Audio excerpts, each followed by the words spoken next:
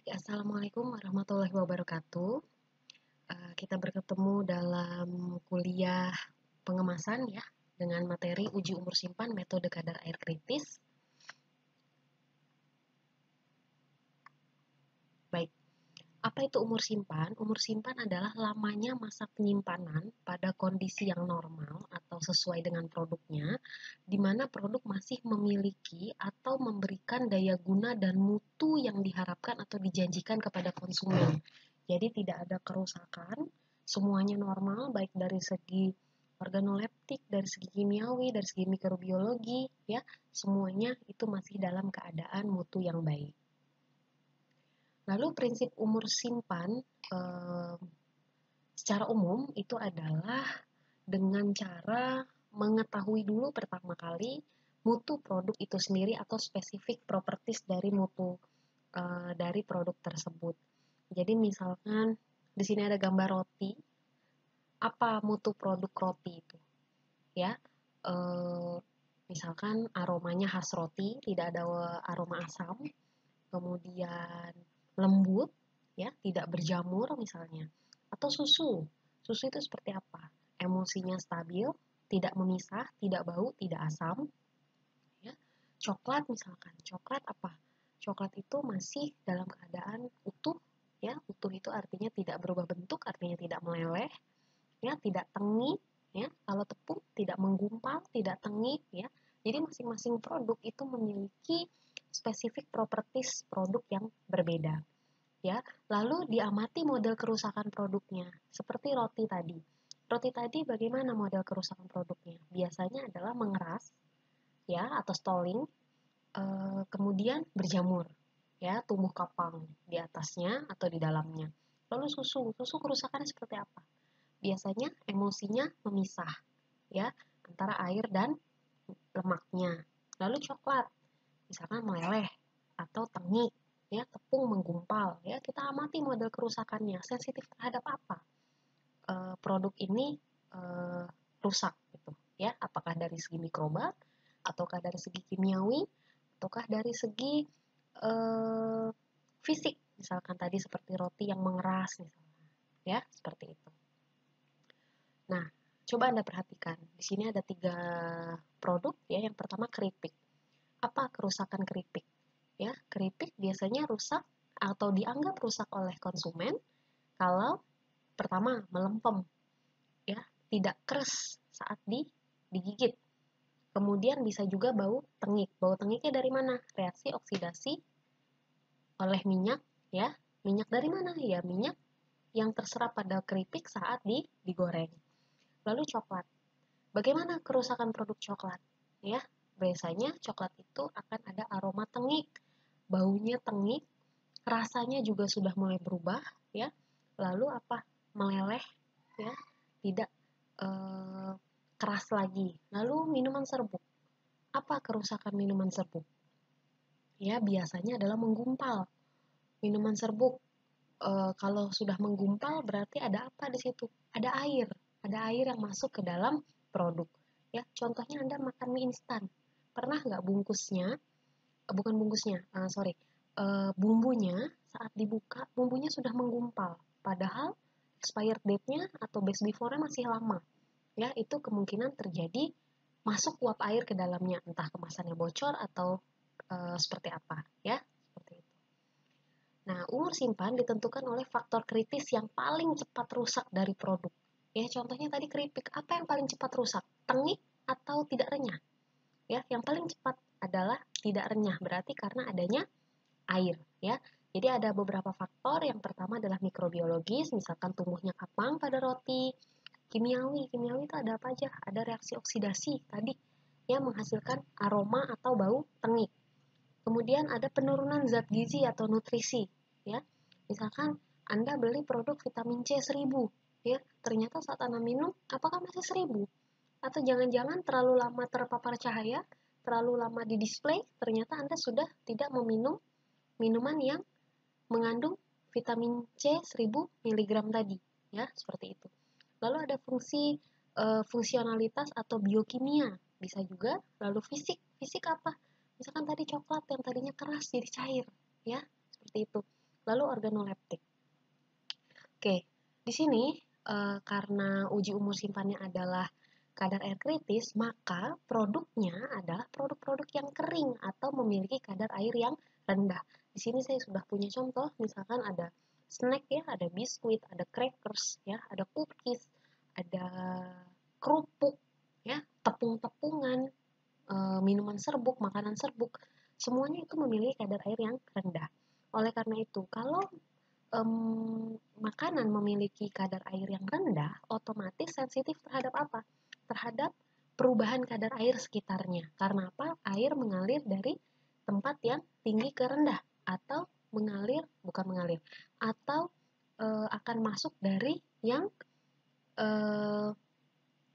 persentasenya besar ke yang kecil, akan menyesuaikan ya. Jadi produk kering atau produk dengan kadar air rendah itu akan sensitif terhadap uap air atau perubahan kadar air.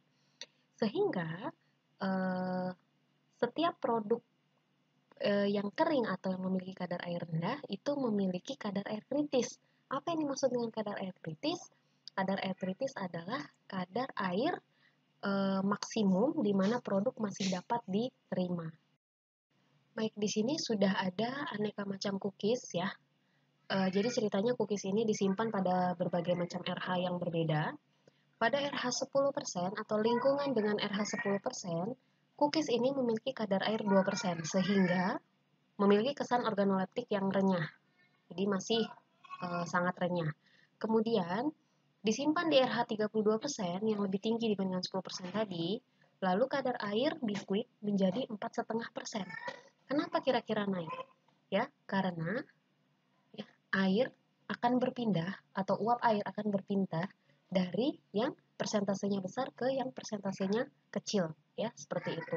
Sehingga akan ada penyesuaian, ya. Jadi kadar airnya ikut bertambah.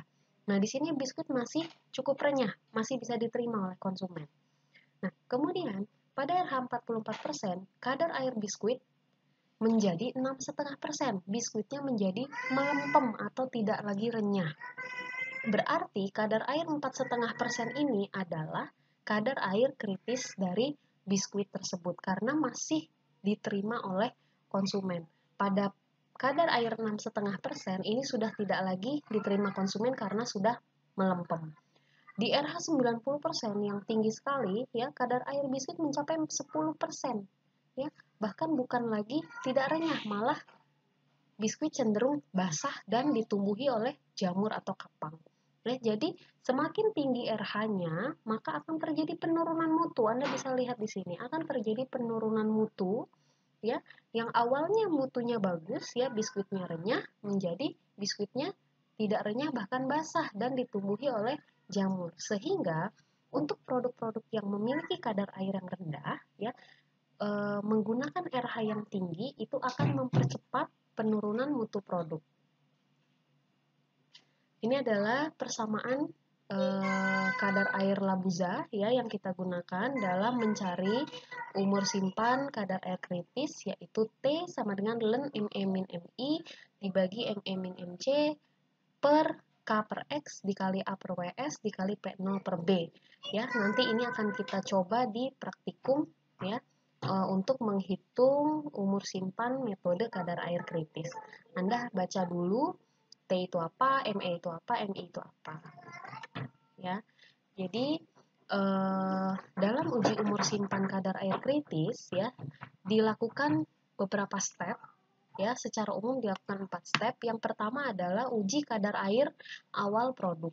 Menggunakan apa? Tergantung dari produknya. Ya, bisa menggunakan oven vakum, titrasi kalorifer ya, atau distilasi, tergantung dari produknya. Tapi pada umumnya adalah menggunakan oven. Anda sudah pernah lakukan di Kimia Pangan, masih ingat bagaimana mencari kadar air produk basis basah dan basis kering. Nah, pada uji umur simpan, kadar air kritis yang digunakan adalah kadar air basis kering. Ya, ini adalah nilai MI atau M0. Lalu yang kedua adalah menyimpan produk pada kondisi RH yang mempercepat kerusakan produk atau RH yang tinggi, ya. Sehingga apa? Diharapkan produknya akan menggumpal atau menjadi tidak renyah atau melempem. ya, seperti itu. Pada kondisi berapa persen, ya, si produk ini sudah tidak lagi diterima karena melempem atau menggumpal. Lalu yang ketiga, menyimpan produk dengan berbagai nilai RH. Diperoleh dari mana nilai RH-nya? Diperoleh dari garam jenuh. Jadi produknya disimpan di aneka garam jenuh yang memiliki RH yang berbeda, dari RH yang terendah hingga RH yang tertinggi. Lalu dicari kadar air kesetimbangannya, lalu diplot antara kadar air setimbang dengan RH, ya. Lalu diperoleh nantinya adalah kurva ISA, ya. Dari kurva ISA itu akan diperoleh nilai slope, ya, dan nilai ME. Lalu yang terakhir adalah menghitung pendugaan umur simpan produk dengan menggunakan persamaan Labuza yang tadi. Kita tinggal cari komponen lainnya yaitu W, K per X, A, dan P0. Ini adalah penentuan kadar air produk awal. Anda sudah fasih sekali pasti untuk mencari kadar air basis basah dan basis kering. Kalau kadar air basis basah, ya, ini berat air yang hilang dibagi dengan berat sampel awal kali 100. Kalau kadar air basis kering adalah berat air yang hilang dibagi dengan berat sampel kering atau berat sampel yang setelah di oven lalu kali 100. Jadi yang kita gunakan adalah kadar air basis kering. W min W1 min W2 ini Anda tidak boleh menghafal. Tapi Anda harus ingat bahwa W min W1 min W2 ini adalah berat air. Jadi kita cari dulu air yang hilang karena kita menentukan kadar air, ya, seperti itu. Kemudian yang kedua adalah menyimpan produk pada kondisi RH yang mempercepat kerusakan produk. Contohnya, misalkan kita punya sampel serbuk, ya, serbuk minuman misalkan. Kita letakkan di RH 90. Tahu dari mana RH 90? Ya, kita bisa ukur atau menggunakan garam jenuh yang memiliki RH 90%. Lalu kalau disimpan di suhu bukan suhu. Kalau disimpan di lingkungan yang RH-nya tinggi atau kelembabannya tinggi, apa yang terjadi? Ya, uap air akan masuk ke dalam produk. Sehingga apa? Berat air dari produk akan bertambah. Ya, kalau berat air dalam produk bertambah, otomatis kadar airnya atau persentase kadar airnya akan bertambah. Ya, sampai sejauh mana penambahannya? Ya, kapan dia harus berhenti ujinya? Ujinya baru akan berhenti saat produk serbuk ini sudah mulai menggumpal dan tidak lagi diterima oleh organoleptik, oleh konsumen atau oleh panelis, ya. Lalu saat sudah tidak diterima tadi, berapa persen kadar airnya kita cek? Itu adalah kadar air kritis. Yang ketiga adalah menyimpan produk dengan berbagai nilai RH untuk mencari kadar es timbang. Anda sudah pernah lakukan ini. Jadi produk disimpan di berbagai macam RH, contohnya di RH 11,3%, 22,5%, 32,8%, 43,2%, 52,9%, 65,4%, 75,3%, dan 84,3%. Harusnya semakin tinggi RH, maka berat produknya akan semakin bertambah. Ya, Anda masih ingat membuat grafik ini, ya. Di sini adalah antara waktu penimbangan, ya, berapa kali diukur. Kemudian ini adalah berat, ini adalah kadar airnya. Kalau Anda mengukur kemarin mungkin berat airnya, ya, tapi ini adalah kadar airnya. Jadi diukur, dilihat dari kurva ini, lalu di mana kondisi setimbangnya? Di mana kondisi setimbang adalah kondisi di mana berat produk tidak lagi mengalami kenaikan, ya. Lalu diplot dalam kurva ISA, ya. Setelah sudah dapat kadar air setimbang di sini, kadar air yang setimbang basis kering, diplot dengan RH atau AW. Boleh RH, boleh AW. RH dari mana? RH dari tadi garam-garam jenuh tadi. Kalau dijadikan AW bisa RH dibagi 100, ya. Kalau AW nilainya 0, kalau RH nilainya bulat persen, ya. Lalu setelah mendapatkan kurva ISA, diperoleh apa? Kita cari persamaan regresinya untuk mencari nilai slope atau nilai B, ya, seperti itu. Nah, ini kadar air kesetimbangan, ya, di mana misalkan, ya, ini untuk produk keripik atau kerupuk misalkan pada pada AW 0,2 sampai 0,5 ternyata ya, kerupuk atau keripik sudah mulai lunak atau lembek. Dan ini lebih dari 0,4 AW-nya ya untuk produk serbuk sudah mulai menggumpal. Lalu ada teknik lain selain kadar air kritis, yaitu kadar air kritis metode paruh waktu. Yang tadi Labuza, sekarang paruh waktu. Silakan Anda baca saja, ini hanya pengetahuan saja ya. Yang paling umum digunakan adalah yang Labuza. Ya, di sini dilakukan percobaan dengan RH tinggi juga, tapi dibarengi dengan suhu tinggi ya. Nah, ini metode paruh waktu ya. Jadi kita melihat kondisi setengah dari waktu penyimpanannya ya. Nah, ini rumusnya seperti ini ya. Ini hanya untuk pengetahuan Anda saja. Ya, untuk menentukan expired date atau tanggal kadaluarsa, produsen atau perusahaan dapat menetapkan tanggal kadaluarsa lebih singkat biasanya dari hasil perhitungan. Misalkan hasil perhitungannya adalah 8 bulan, ya mungkin perusahaan bisa menetapkan jadi 6 bulan ya. Harus punya data ya, lalu produsen harus dapat memberikan alasan ya dengan menunjukkan data pendukung bagaimana cara penetapan umur simpannya. Lalu produsen atau pihak yang memasukkan pangan ke dalam wilayah Indonesia ya bertanggung jawab terhadap tanggal kadaluarsa, jadi tidak boleh sembarangan. Tanggal kadaluarsa dicantumkan di kemasan ya dengan tulisan baik digunakan sebelum ditulis tanggal, bulan, dan tahun, kecuali yang memiliki umur simpan yang lama itu boleh hanya dicantumkan bulan dan tahunnya saja ya. Kemudian jika kadaluarsa tergantung cara penyimpanan, maka harus dibarengi dengan informasi cara menyimpan. Contohnya adalah produk sosis atau produk beku. Ya, kalau disimpan di suhu minus 18 derajat Celcius, maka umur simpannya bisa sampai misalkan 35 hari. Kalau suhunya minus 5, turun menjadi 20 hari.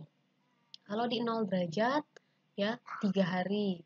Ya, kalau di bawah itu, atau misalkan di 5 derajat, itu hanya 3 jam misalnya. Itu harus dicantumkan.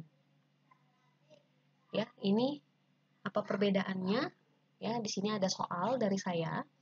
Anda tuliskan perbedaan antara best before ya, kemudian yang A ini antara A, B ya ini. Kalau ini adalah expired date setelah dibuka. Lalu yang ini C, tulisannya adalah expired date. Apa perbedaannya ini? Ya, perbedaannya seperti apa? Nanti bisa disampaikan di diskusi WA ya. Terima kasih atas perhatiannya. Mohon maaf apabila ada kekurangan. Silakan jika ada yang mau ditanyakan, boleh didiskusikan. Ya, saya akhiri kuliahnya. Assalamualaikum warahmatullahi wabarakatuh.